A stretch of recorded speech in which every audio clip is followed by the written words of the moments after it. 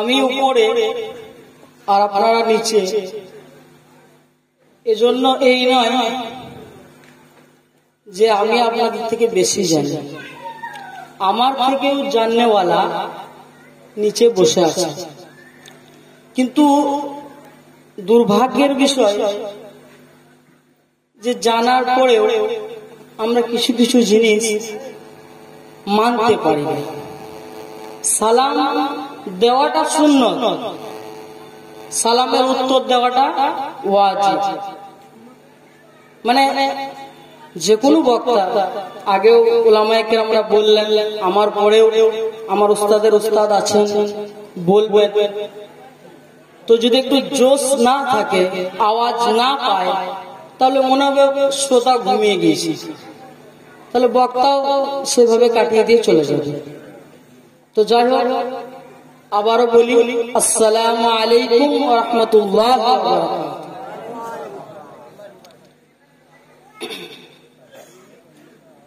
نحمده ونصلي على رسوله الكريم أما بعد فأعوذ بالله من الشيطان الرجيم بسم الله الرحمن الرحيم فقد قاله تبارك وتعالى في كلامه المجيد وفرقان الحميد وإنك لعلى خلق عظيم وما أرسلناك إلا رحمة للعالمين القرآن قال النبي صلى الله عليه وسلم بعثت أنا لأتمم مكارم الأخلاق قال النبي صلى الله عليه وسلم خياركم أحاسنكم أخلاقا الحديث সমস্ত প্রশংসা, সমস্ত গুণগান, সমস্ত গুণকীর্তন সেই মহান আল্লাহ তাবারক তাআলার জন্য, যিনি আমাদের সৃষ্টিকর্তা, পালনকর্তা, আমাদেরকে আশরাফুল মাখলুকাত বানিয়েছেন। তাই তিনার শুকরিয়া স্বরূপ সকলেই বলে আলহামদুলিল্লাহ। তিনার পরে পরে শতকোটি দরুদ ও সালাম বর্ষিত হোক মামিনার লাল মরুর দুলাল তাজদার মদিনা আহমদ মুস্তাফা মুহাম্মদ মুস্তাফা সকলে বলি সাল্লাল্লাহু আলাইহি ওয়াসাল্লাম। তারপরে পরে জানাই, এই সবার সুযোগ্য সভাপতি মহাশয়, মঞ্চে উপবিষ্ট উলামায়ে কেরামগণ, আমার সামনে বসে থাকা শ্রোতা মণ্ডলী ও পর্দানসীম মা ও বোনেদের আবারও আমার অন্তরের অন্তরস্থল থেকে সালাম ও শুভেচ্ছা, আসসালামু আলাইকুম। ভাই বুজুর্গ দোস্ত, আমরা মেহফিল যেমন জমাবো সেরকম জমবে, কারণ পার্শ্ববর্তী গ্রামে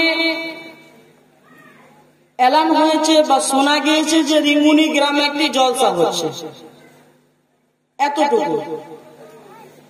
তো আমরা আরেকটি উদাহরণ দিই, দেখবেন আগেকার সময় কোন জায়গায় অ্যাক্সিডেন্ট হলে রেডিওতে শোনা যেত যে এমুক জায়গায় অ্যাক্সিডেন্ট হয়েছে, বাস পাল্টে খেয়েছে, 2 জন ব্যক্তি মারা গিয়েছে, 4 জন আহত হয়েছে, এটা শোনা যেত, শুনতে পেতাম। আর এখন অ্যাক্সিডেন্টটা তো দেখা যাচ্ছে, যেহেতু সিসি ক্যামেরা হর জায়গায় লাগানো, আর তাও না হলে যে জায়গায় অ্যাক্সিডেন্ট হয়েছে সে জায়গাটাও দেখতে পাচ্ছি, কারণ আমাদের ঘরে ঘরে এখন সোশ্যাল মিডিয়া।